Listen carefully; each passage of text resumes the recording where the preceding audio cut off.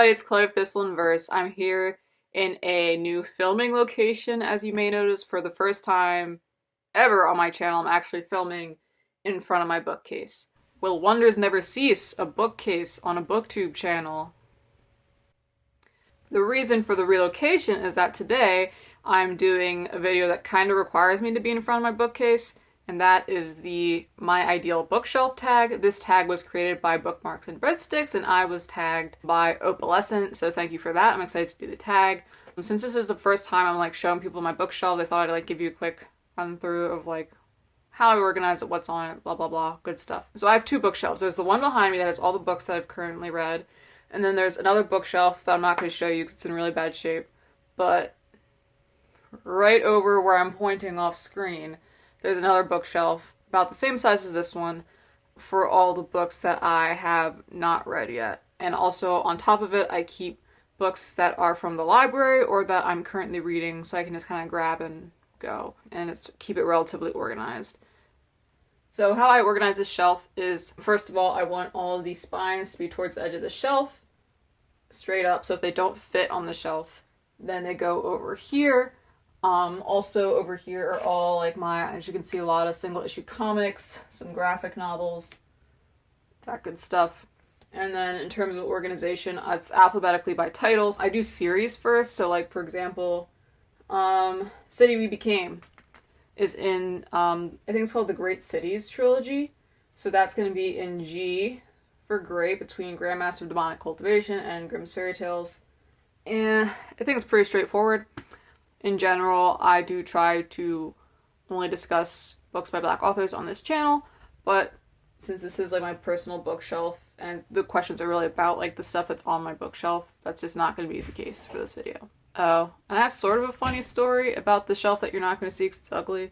So I have a relative whose house is basically like a thrift store. They have just years worth of stuff in there that they don't use anymore. Basically anytime we need anything, we kind of go to this relative first to ask for it. So I had been looking for a new bookcase. I went to this relative and I found one that kind of fit the dimensions that I wanted. So I go to get it. I think I can fit it in my car and drive off, and I can't. And as I'm taking it out to just put it back and ask my dad to pick it up later with the car with a bigger trunk, I somehow jab my finger on it. I had wiped it down already to get all the dust off and whatever. I hadn't felt any splinters, hadn't felt any protruding nails, but somehow, someway, I sliced my finger on it pretty good. And I did leave a little blood smear on the shelf I had to wipe off really quick. And I think the shelf is just kind of cursed a little bit because it has these watermarks all over it that look kind of like eyes. And it's probably not the best thing that I bled on the cursed bookshelf, but I figure, keep your friends close and your enemies closer, so I just moved the cursed bookshelf in with me. And we'll see. If you just never see or hear from me again, the bookshelf probably ate me. So, that was just a tangent. I just like hearing myself talk and telling random stories, so you got a story. So, on to the questions. First book you remember reading as a child. That would be The Doll's House by Rumer Godden. I have picture books somewhere in the house. My mom's a little bit more sentimental about those, so they're probably in storage bin somewhere in the attic or something like that. But I don't keep them on my shelf, so I figure they didn't really count. And I think this is the one I read as a child. It's about this family of dolls who are just living it up in England, and then one day their kid gets a new doll who's really mean, really bossy. And it's about them trying to keep their sense of family together and keep their connection with their kid. It was kind of grim because the way the dolls work in this world, they can't move, but they can kind of telepathically influence their kid. And so they're in this war of minds between them and this new doll for the control of the kid, basically. And you wouldn't expect that this a doll could be kind of scary, but the doll who comes in is a little bit intimidating. I just really like Dolls Come Alive stories as a kid, so I read a lot of stories like this. Dolls Come Alive is an interesting subgenre, I would say, of fantasy, in that I don't know. I want to do a video about it someday. I say that for all these ideas I get, but I'm actually going to try and do a video for that. It's probably going to be live so I can just ramble and get it off my chest. Next question is, book you received as a gift that you still own today. So, in terms of like gift book that I've had the longest, that would definitely be Ella Enchanted by Gail Carson Levine. This was a retelling of Cinderella, if I remember correctly. It's about this girl. Dang. The back doesn't have a blurb on it, so I can't refresh myself on the names, but it's about this girl who, there's this fairy godmother who goes around giving gifts, and she has like a reputation for being like the worst fairy godmother ever because all of her gifts are horrendous. So to the main character, she gives the gift of obedience. So basically anytime someone tells her to do something, she has to do it. And her mom passes away. She has like this malevolent stepmom. The stepmom doesn't know. And like she kind of has to stay out of the way of the stepmom so that the stepmom doesn't figure it out. And it's basically the story of Cinderella, but with like the twist that like she can't disobey orders that she's given, and also she's trying to lift this curse because she can't really be in like a relationship if like, even if unintentionally, people can like give her orders that she has to complete, even if they kill her, even if they're like impossible demands to make. When I was given it, it took me like forever to read it, and I don't know why, and I ended up really loving it. So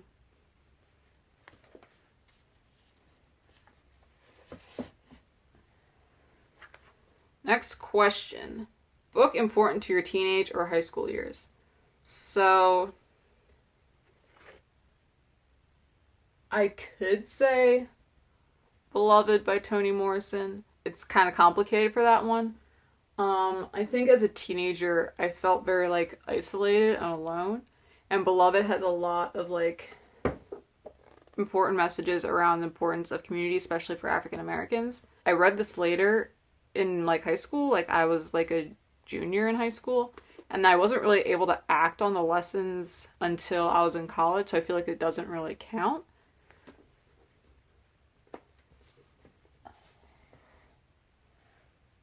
So if I wanted it to be a little bit more accurate, it would probably be Pride and Prejudice by Jane Austen. I was just like an Austen head in like, I guess, junior high and high school. And I read all of her books. Well, no, that's a lie. I read most of her books. I think I haven't read Sandition yet. There's like a Jane Austen Society of North America that has an essay contest every year, and I would like read the prompts, and like I did write an essay one year on this book that I submitted. So I think it would probably be Pride and Prejudice by Jane Austen.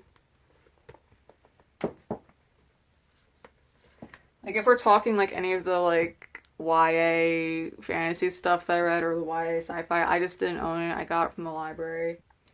Like it would probably be like Maximum Ride by James Patterson, just because like felt like I read a lot of stories where like the girl character had to be kind of like demure or like kind of like a blank slate type character, and Maximum Ride is just like kind of grouchy, kind of grumpy from what I remember. I was just like, this speaks to me. I feel so seen.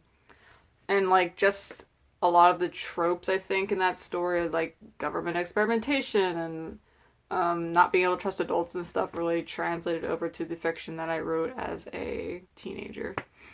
The next question is a book that you can always go back to. So, it's going to be this one. That's going to be Monstrous by Marjorie Liu with art by Sana Takeda. It's easy to go back to because it is a graphic novel. And Sana Takeda's art, whatever they pay her, it's probably not enough. It is just fan-friggin-tastic. Like, let me find a good shot for you, a good panel. Like, they're all beautiful panels, but like, I'll just show you like this. Like, it's just like very intricate, lots of like golds and brasses. It feels very Art Deco to me. And this is a story about this teenager, Micah Halfwolf, who lives in a world where there are like godlings, basically. I forget all the terminology. It's been a minute. But she is like a child of a god pretty far down the line. So she's just has like a few supernatural abilities, not too much though. And there are witches in this world who will hunt down the children of the gods and like harvest their bones and their organs for their magical properties. And it's about her trying to like figure out like this riddle her mother left for her and like navigate this very unjust world. It's something I return to, I think, because a very like selfish, destructive protagonist, which I enjoy, and also, like I said, the art style, like it's very easy to just like flip through and like everything just looks so beautiful, and it's short. Just I think the main deciding factor, the things that I revisit and how frequently.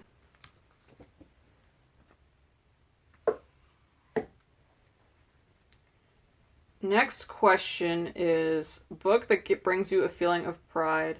For that, I would say The Famished Road by Ben Okri, just because it took me so long to get through and it like really stretched my abilities as a reader. Like, okay, so this thing is over 500 pages, which we already know is my kryptonite. Chloe does not like long stories. She's not reading the Doorstopper series where every book is 500 pages or more. And it's like a 12-book series. Chloe does not have time for that. And like the font size is just like teeny tiny itty bitty little words. So like that was already something. And then just the style of the story is just like not something I'm used to reading. It draws very heavily on, if I remember correctly, Yoruba spirituality and like Nigerian like history and modes of storytelling. That was just like all very new to me, and it took me over a year to read. I was not reading it continuously, but it was a feat to get through it, and so I'm proud of myself that I did it.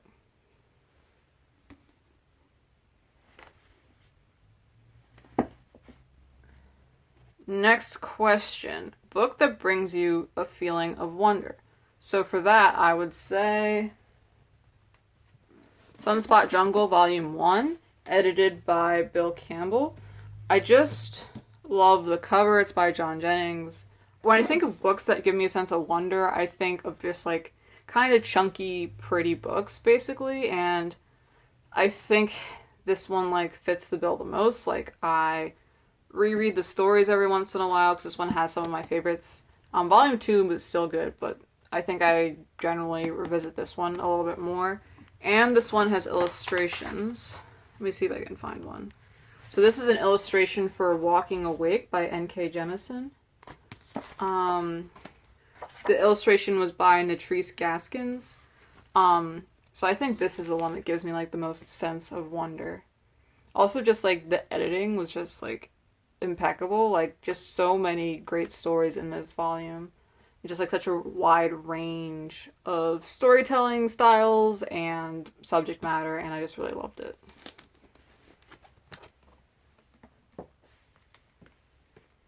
Next question is book that you've reread or loved the most. So I'm going to treat those as like two separate parts. So if we're talking about reread the most, in terms of like recent reading years, the most I've read a book would be 100,000 Kingdoms by N.K. Jemisin. I've read that 3 times. So for me to have read something more than 3 times, that would have to be from my childhood, and again, probably relatively short with pictures. And so that would be... Oop.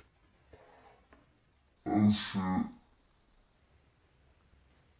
It's not the sturdiest bookcase. There's a little swaying motion going on there. There it was again. This bookcase falls on me, guys. I won't say I regret nothing because I will regret filming this video.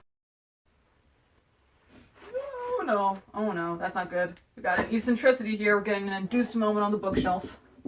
Gotta get that towards the back of the shelf so it doesn't topple. Yeah, but that would be D'Aulaire's book of Greek myths.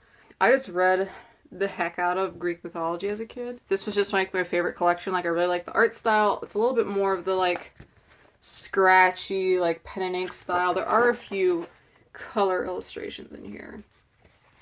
Like we got this one here. But yeah, I just really liked those stories as a kid, so I reread this like many times. I do not know how many, but if I had to bet on like which kid's book I still own on my bookshelf that I've read the most, it's probably this one. But now, if we're talking about love the most, that would have to be my Broken Earth trilogy box set, obviously. Just a storytelling marvel. Alabaster deserves the world and more. He deserves all the worlds. What a guy. Essen deserves good things too. But yeah, just like a feat of storytelling. Wonderful, lush world building. Love the writing style. So engaging to read. This is my most loved on my bookshelf. And the other books may be jealous, but that's their fault. They just need to get like N.K. Jemisin. So, getting towards the end of this questions. Book you want on your shelves forever. That's gonna be Body Minds Reimagined, Disability, Race, and Gender in Black Women Speculative Fiction by Sami Schock. This is just like stellar literary criticism, like set the bar so high. I had not read literary criticism since high school, and even then it was just like articles. And I think this just blew everything I'd read out of the water pretty much. Like, such attention to detail in terms of like the themes and the motifs and stuff, and also historical context. And also just like the focus on making the information accessible to the reader. Like, very intuitive layout. You're kind of like told things a couple times and you're like really walked through the concepts, and I think it's a great read. While also still going like really in depth into history in the United States around disability, race, and gender. And I think this is one I want to have on my shelves forever because one, it's an academic book, so it's like a little more than I want to pay to replace, you know, if I like give it away and then decide, oh no, I need it again. And also, there's just, I think, things that are going to be so useful to me in my reading going forward. Like, I think I want to have it as a reference forever, pretty much.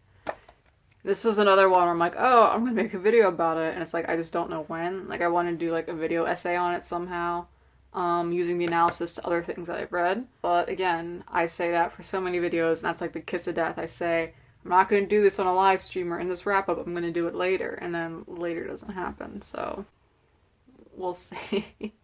Basically.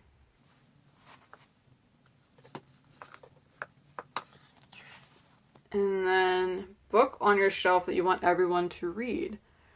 I refuse to give a single answer for that question because there's a few. First up, where are we? Okay, I'm just going to go alphabetically.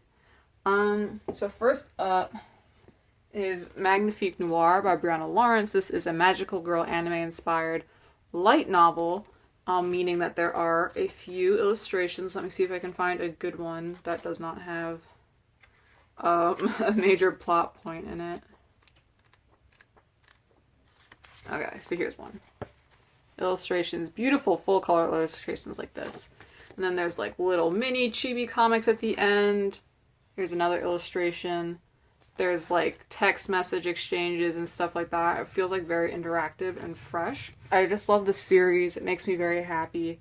And purely for selfish reasons, if everybody reads it and everybody hypes it up, then Brianna Lawrence, she wants to do like graphic novel adaptations and like, you know, merch and stuff. Those adaptations, that merch is more likely to happen. And then I will be very happy. I will do a little evil villain laugh at achieving my Magnifique Noir take over the world agenda. And it's just like so full of love for anime, for black women, for black queer women, black queer friendships and relationships. I love it. I love the friendships between the characters. I love the mentorship between Blaze and the girls. I love the secrets that are being revealed and the things that people are having to reconsider about their lives and the people that they know. And it's just fantastic. So I think everyone should read it. It is a little pricey because it is self-published and the illustrations to pay a fair rate for the artist's work. But you can read it on Kindle Unlimited. That's probably your best bet. Just to get like a Kindle Unlimited subscription, and then you can read the first and the second one. And I have the ebook of the first one, and the formatting is fine. It's pretty easy to read the comics and stuff in the ebook formatting, if that's something that you were concerned about. So then, the other titles are going to be Redemption in Indigo by Karen Lord. This is a retelling of the folk story Ansige Karamba the Glutton. And it's about this woman, Pema, who finds, I think it's called the Chaos Stick. It's this, like, wand, basically, that influences chance and probability. And there are these supernatural forces who think that they should have the Chaos Stick, and they're not happy with her, and they track her down to try and haggle over who's going to have the Chaos Stick and who deserves the power to influence probability in the world. I love the narrative voice. It's like oral storytelling. That's my jam. I love it, adore it. It's so well executed here. The story itself is just so intriguing as you learn more about, like, the vengeful, they're called Zombies, who are on the hunt for Pema, and, like, why they're kind of on the outs with the other Zombies. Yeah, I just really adored this book. I think it's a very solid work of fantasy, and so I think more people should read it. And then the last one is actually right next to Redemption in Indigo on my bookshelf, which is A Ruin of Shadows by L.D. Lewis. This one is real short. We got a cute little novella here. And this is another fantasy about this General Danger Ito, who has basically single-handedly created this empire. She has a magical mask that makes her invulnerable, and so her military prowess is known widely throughout the land. And it's about what happens when the Emperor gives her an order she doesn't feel like fulfilling, and he sends the Shadows after her, which is, like, kind of like her assistants that she's, like, raised and trained. And it's about her wrath, and there's a lot of great fight scenes. I love the descriptions. Just, like, really fantastic writing here.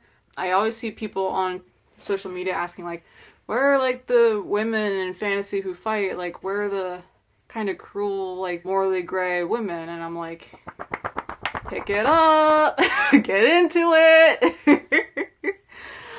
This is for you if you're making that request. So yeah, those are the 3 books I think everyone should read from my bookshelf. And last question, book that reminds you of a specific period in your life. That would be, let's see if I can slide this off this treacherous part of my shelf without toppling everything on my head.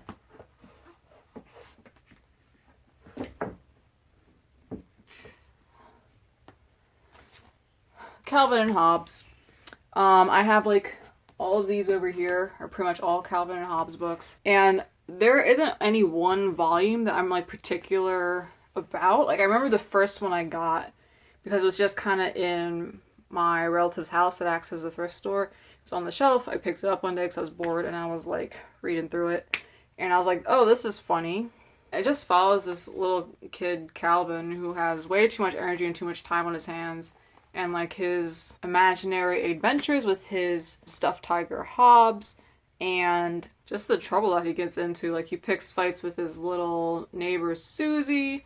He's always, like, slacking off on his homework. He's always giving his babysitter hell. Clashing with his, like, more straight-laced father. This was very me from, like, in my middle school days. This was, like, I was all about the Calvin and Hobbes comics. And we had a rule in my house that we couldn't buy things from the Scholastic Book Fair unless the library didn't have them. And I think my library actually had a lot of the comics, which in my defense, I did not know this at the time. And my mom didn't know that either, so I was able to buy a lot of the comics. And then it came out that, in fact, the library did have the comics. This was before they really had graphic novel sections in the library, so it was, like, shelved somewhere in the nonfiction section, like, not easy to find at all for middle school Chloe, so then the jig was up and there were no more comics. But at that point, I'd kind of already gotten most of the ones I wanted. Like, I was getting to the points where I'd, like, read the collection and I was starting to see repeats, so I made out pretty well for myself. So, last item on the agenda is to tag a friend, and I'm going to tag Vina of Miss W.C. Reader. So, that's it. Thanks for watching, everybody. If you enjoyed the video, hit the like button. If you want to talk to me about any of the titles you see on my shelf, or anything I mentioned in the video, please comment below. And subscribe if you haven't already. So take care. Have a good day, everybody. Goodbye.